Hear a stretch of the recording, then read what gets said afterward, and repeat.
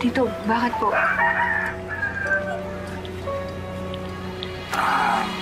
May itatanong lang ako.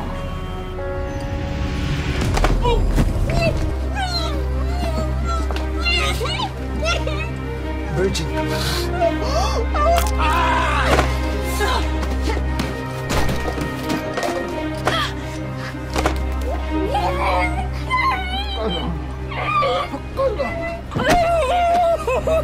Huwag ka nang maingay.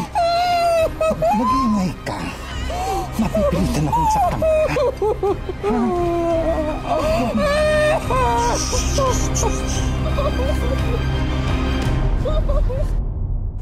Ang mga problema raw sa buhay ay parang mga unos. Dumarating ng biglaan, walang pinipiling biktima at hindi mapipigilan. Gaya ng dalagang si Rhea, na sa murang edad pa lang ay mapapait na karanasan na ang humahampas sa kanya. Pero ang bawat yugto nito ng kanyang buhay ang sumubok sa kanyang tibay at paniniwala. Magandang araw po mga kapuso. Ako po si Vicky Morales at ito ang Wish Ko Lang. Andy, tumawag na ba ang nanay mo sa inyo? May balita na ba kung kailan magpapadala ulit? Wala pa po, Tay. Basta yung huling message niya, problema doon sa employer niya sa Hong Kong. Kaya magtipid-tipid muna kayong magkapatid.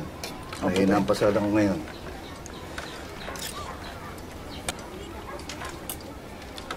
Uy, ayos ka lang? Masakit ka ba? Ha? Hoy, Andrea. Bago magkasakit. Magastos yan. Okay lang ako. Okay lang. Huwag kang magsisinong sa akin. Kambal tayo. Nararamdaman ko kung may problema ka.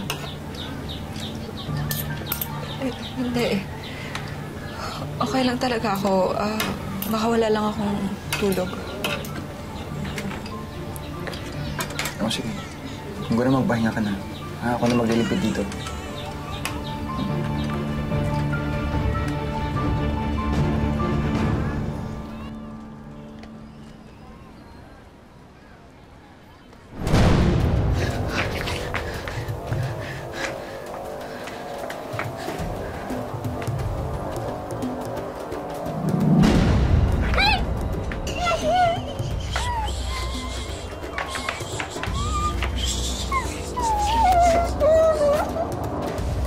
Tay, Andrew. Tagay ka muna. Tay, mag-aaral pa ako. Sige, sige. Pinahiya ka, kuya. Hindi ka man lang pinagbigyan. Hayaan mo na muna. Kaaral daw eh. Uy. Uy, anong problema?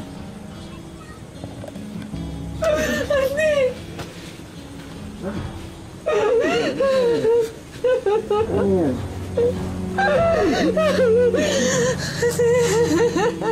nangyayari? Ba't ka umiyak? Problema? Anong nangyayari? Hindi na rin ako. Narip ako.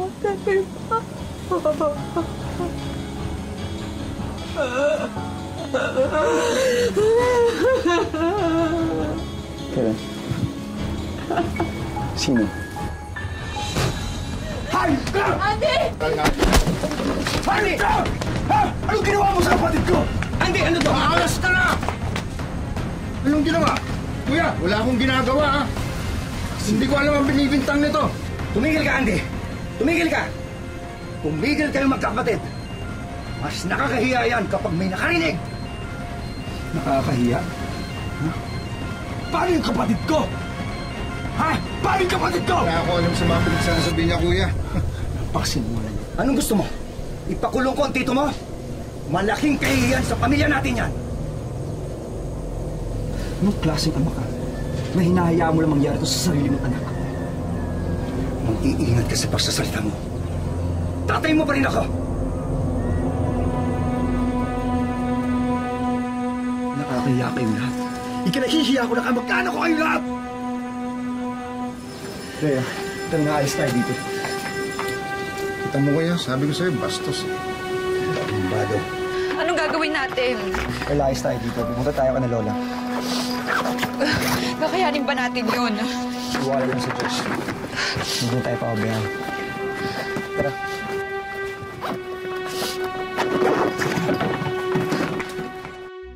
Matapos pagsamantalahan ng sariling tiyuhin, si Rhea pa ang sinisi ng sarili niyang angkan.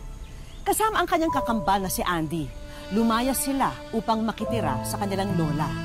Pero kahit sa bagong tirahan, hindi sila nilubayan ng problema. Parang hindi ako makapaniwala na magagawa ng tito mo yun sa'yo. Pero Lola, totoo po ang sinasabi ko. Ano naman pong dahilan kung magsisinungaling ako? Baka naman ikaw nagpapakita ng motibo. Ang ibig ko sabihin, sandali lang. Baka ikaw ang nagbigay ng dahilan dun sa manyakis na yon para molestahin ka. So bakit ka naman gagawin yun? Siyempre hindi. Tita, si Rhea yung biktima dito. Siya yung naargabyado. May prueba ba kayo? Masasabi niyo ba sa korte yan? Eh, tama naman yung tatay ninyo eh. Sino ba mapapahiya dito? Siyempre, napakalaking kahihiyan to sa pamilya natin. Di niyo ba alam yun? Mga apo, ang mabuti pa, magpahinga na kayo. Nay! Matitirahin niyo sila dito? Nay, nakita niyo naman siksikan na nga tayo dito eh. Gastusin, tataas, pagkain, tubig. Ano pa? Virgie, bahay ko to. At apo ko din sila. Kaya dito sila titira.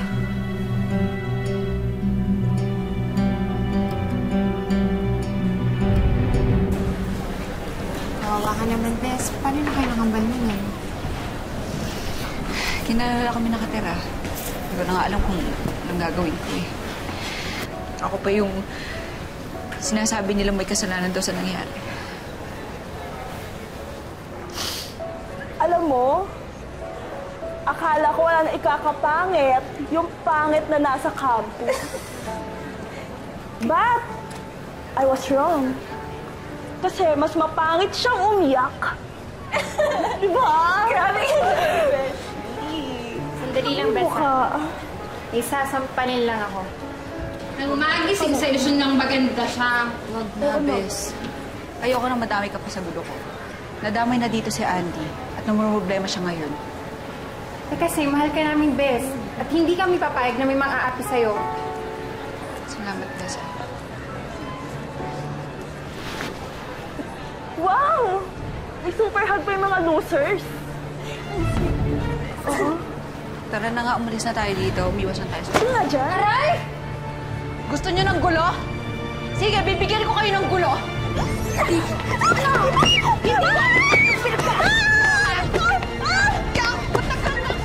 Tagay ko na to! Ano ko nga? Tagay! Rhea, ako pupunta. Kung mabigat ang problema mo, Ika, tagay ka muna. Pasok!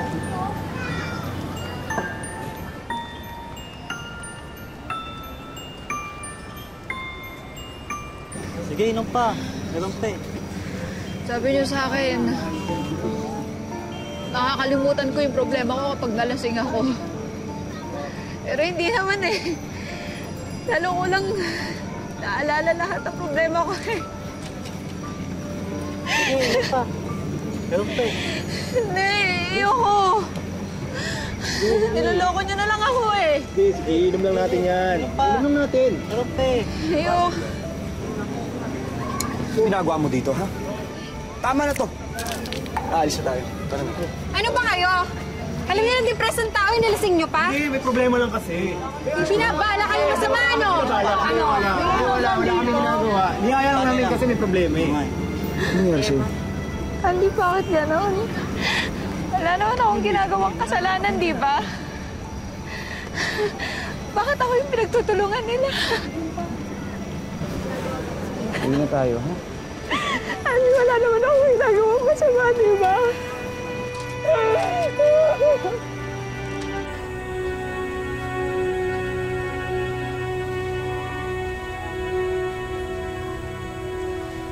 Oh, Bes. Okay ka lang? Anong nangyari? Hay nako. Naglasing ka lang naman. Buti na lang nakita agad ka namin ni Andy. O siya, saglit lang. Tawagin ko lang siya sa labas, ha? Sabihin ko nagising ka na. Labas lang ako.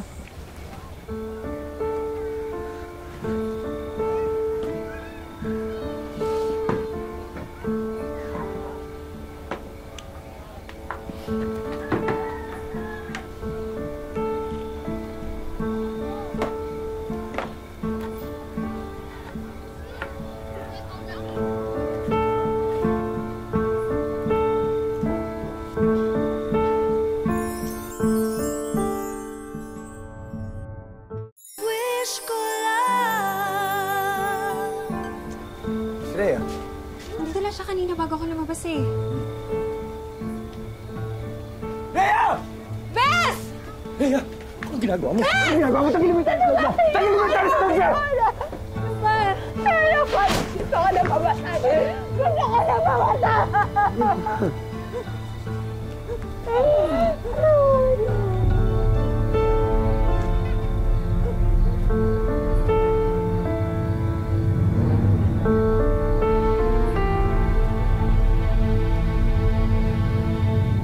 Pasok, pasok. Mga apo, happy graduation! Salamat lang. Ang bait na mga apo ko. Sa kabila ng mga dinanas ni Rhea, natutunan niyang bumangon sa tulong na rin ng mga taong tunay na nagmamalasakit sa kanya. Oh, anong problema? Bakit ka nasimangot? Kaka-graduate lang natin, Kasi Andy, gusto ko sana mag-college eh. Pero... Wala tayong pera. Alam mo, pinag-isipan ko na yan. Kaya nagdesisyon ako, napupunta ako Maynila. Magtatrabaho ako. Teka lang, iiwan mo ako? Iiwan kita, pero magpapadala ako ng pera para sa pag-aaral mo. Ano ba? Andy, di pa gusto mo rin mag-aral? Papaano ka? Saka na yun. Kapag nakatapos ka na sa pag-aaral mo, tsaka may trabaho ka na. Siyempre, ikaw naman magpapaaral sa akin, di ba? Andy. Ay, yung isa sa atin ang dapat magparaya. Basta, pangako mo sa akin, nagagalingan mo sa pag-aaral mo. Ha? Promise? Promise. Kaya gusto ko yung nakangiti kita.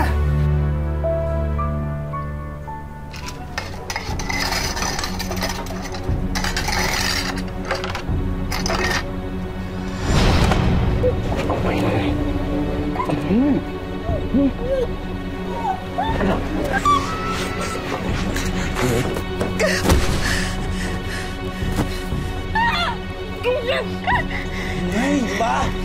Sunog ka man, Nay. Ika lang! Stop! Kusang nagparaya si Andy upang mabigyan ng pagkakataon si Rhea na makapagkolehiyo. At dahil abala na siya sa trabaho, madalas ay wala siya para ipagtanggol ang kakambal kung malalagay ito sa panganib.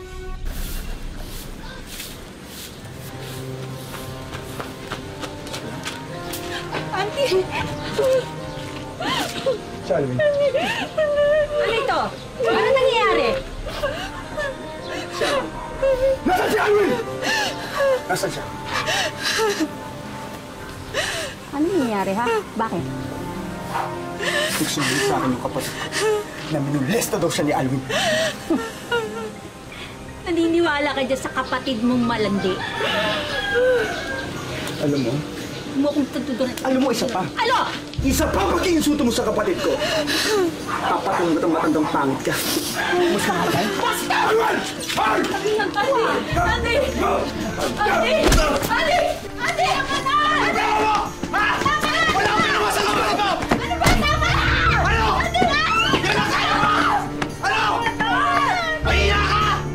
Tama na! Subukan mo! Pareho kayo magkapatid na may problema! Kahit saan kayo magpunta, puro sa ng gulo! Lumayas kayo dito sa bahay! Hindi! Hindi sila nalayas! Kayo ang dapat na lumayas dito sa pamamahay ko! diskarte mo? Parang di ka na sa laban, ha? Walang yabo! Walang yabo! Walang yabo! Totoo naman, di ba? Kaya mo sinaya mo! Kaya nakakagulo sa pamamahay ko! Lumayas kayo! Layas!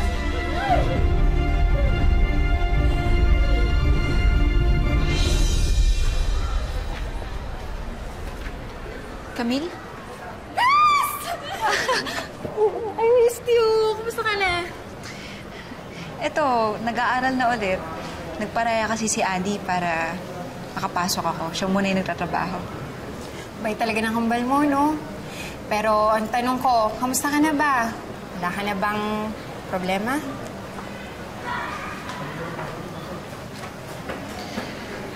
Ewan ko ba?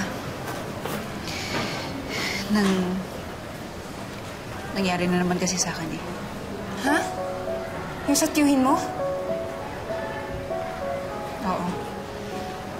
Pero yung pinsan ko naman yung nangmolestya sa akin ngayon. What? Ganun pa rin. Siya pa yung kinampihan ng mga kamag-anak ko. Kami na naman ni Andy yung lumalabas ng masama. Mabuti nga, hindi pa ako pinapalayas ng lola ko eh. Alam mo, siguro, ganun lang talaga yung buhay, no? Ako na nga yung na-rape. Ako na nga yung biktima. Ako pa yung nasisisi. Alam mo kung ano ba masakit sa lahat? Yun yung sarili mong kamag-anak ang bumababoy sa'yo. Bakit ganun?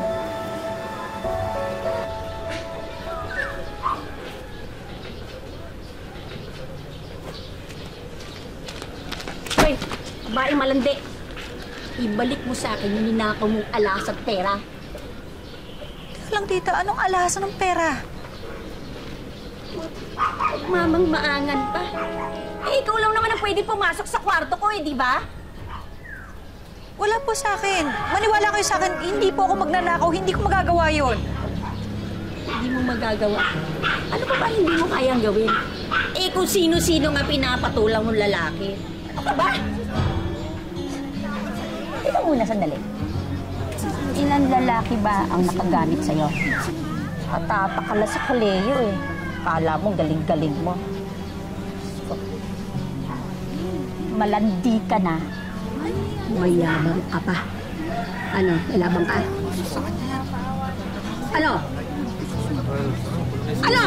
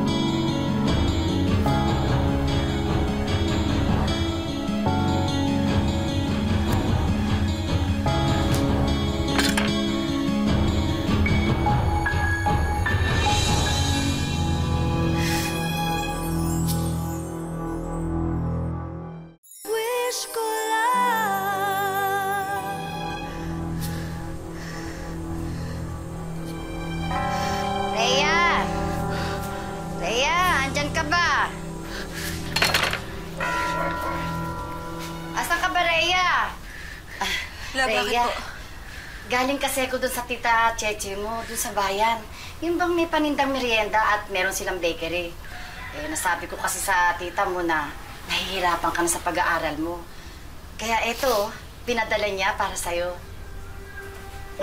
Tingnan mo. Puto, kakanin po. Oo, at saka alam mo ba kung anong sabi niya? At kung gusto mo daw magtinda ng mga paninda niya dun sa eskwelahan ninyo, eh hindi ka na mamumuhunan. Pero alam mo yung tubo, sa iyo na.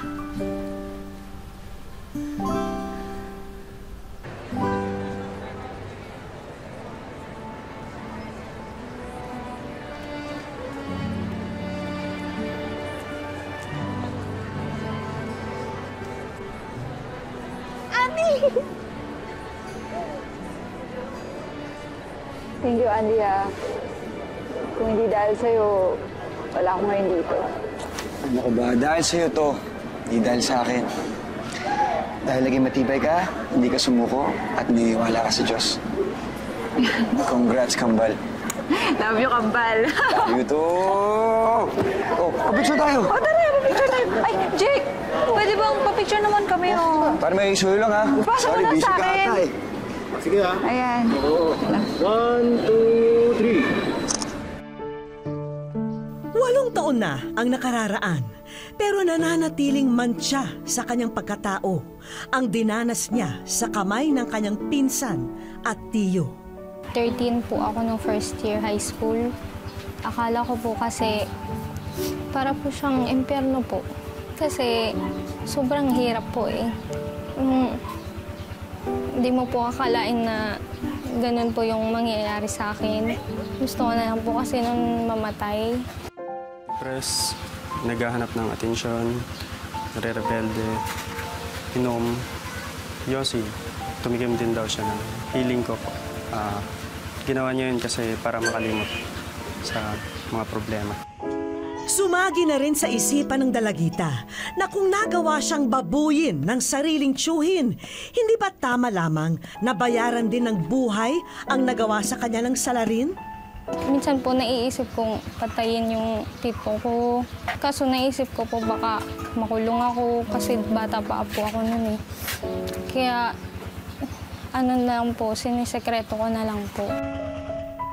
Pero sa paglipas ng panahon at sa ginawang pagpupursige ni Rhea na magkaroon ng diploma, nag-iba na ang pananaw niya sa buhay. Kasi po pag inisip ko pag nawala na ako, paano na po sila? Kaya kahit mahirap po yung buhay, pinilit ko po talagang makapagtapos. Kasi gusto ko po sila maiawan sa hirap. Unti-unti nang gumaan ang kalbaryong nasa balikat ni Rhea at handa na niyang habulin ang kanyang mga pangarap. Sa katunayan, magtatapos na siya ngayong Abril sa kursong Office Administration. Gusto ko pong mag-try sa magpulis po or Navy. Kasi po, yung benefits din po kasi yung habol ko dun. Tapos, kung if ever din pong makapasa sa pulis, gusto ko pong tulungan yung katulad kong mga babae. Sobrang laki ng pagbabago ngayon na tumutulong na siya sa amin, pamilya. Halos lahat ng tulong galing na sa kanya. Napatunayan ni Rhea na kung may matibay tayong makakapitan tulad ng pagmamahal sa sarili at pagmamahal sa pamilya, abot tanaw na ang ating mga pangarap.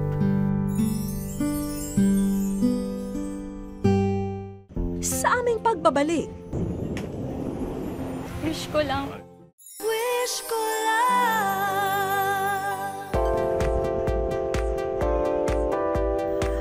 matindi na ang sikat ng araw, malakas na rin ang ihip ng hangin. Sabay-sabay nating salubungin ang masaya at makulay na summer sa Pilipinas. At dito sa pamosong summer getaway sa Region 5 na Camsor Watersport Complex, magaganap ang aming inihandang sorpresa para kay Rhea. At on time naman siyang dumating dito. Ang hindi niya alam, isa sa mga wakeboarder ay kinutsaba namin. Wish ko lang. Ramdam agad ni Rhea na dumungaw na ang magandang kapalaran para sa kanya. Masaya po.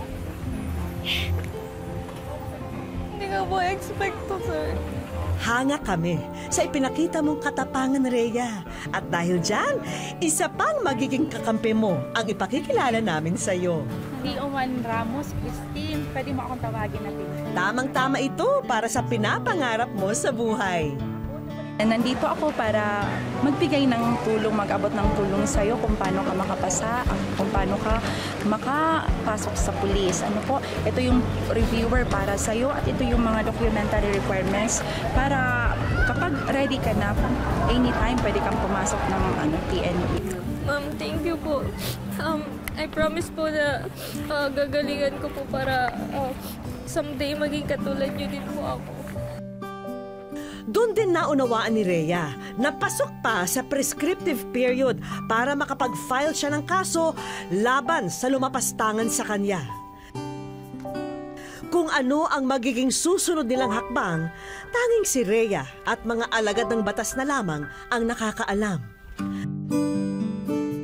Buti naman at nakahabol ang kakambal ni Rhea na si Andy dahil para sa kanya talaga ang susunod naming regalo. Ang Santo Domingo Institute ay nakikibahagi sa katuparan ng inyong mga pangarap. Kaya ibinibigay namin ang Certificate of Scholarship for Senior High starting this school year. Isang dasal daw ito ni Rhea para masuklian ang kabutihan ng kanyang kakambal. Gusto ko po kasing makapagtapos din yung kakambal ko gaya nung tinatapos niya din po ako ng pag-aaral. Kaya sobrang saya ko po. Ma'am, thank you po. Asahan niyo po na pagbubutihan ko po. Lumubog na ang araw. Pero hindi pa tayo tapos. Inihanda na rin kasi namin ang mga kakailanganing kasuotan at gamit ni Rhea para sa mga formal job interview na pupuntahan ngayong college graduate na siya. Gusto ko pong mag-thank you po sa wish ko lang, sa inyo pong lahat. Kasi malaking tulong po ito sa akin tsaka sa kakambal ko. Tapos sa family ko po. Hindi ko po ito inaasahan na mangyayari sa akin. Kaya maraming salamat po sa lahat ng tulong niyo po. Di ko po ito makakalimutan. Sa kabila ng bawat unos, muling sumisinag ang liwanag sa ating buhay. Kailangan lang manatiling matatag para panigan tayo ng pag-asa. Maraming salamat po sa inyong patuloy na pagsubaybay mga kapuso. Ako po si Vicky Morales at ito po ang Wish Ko Lang.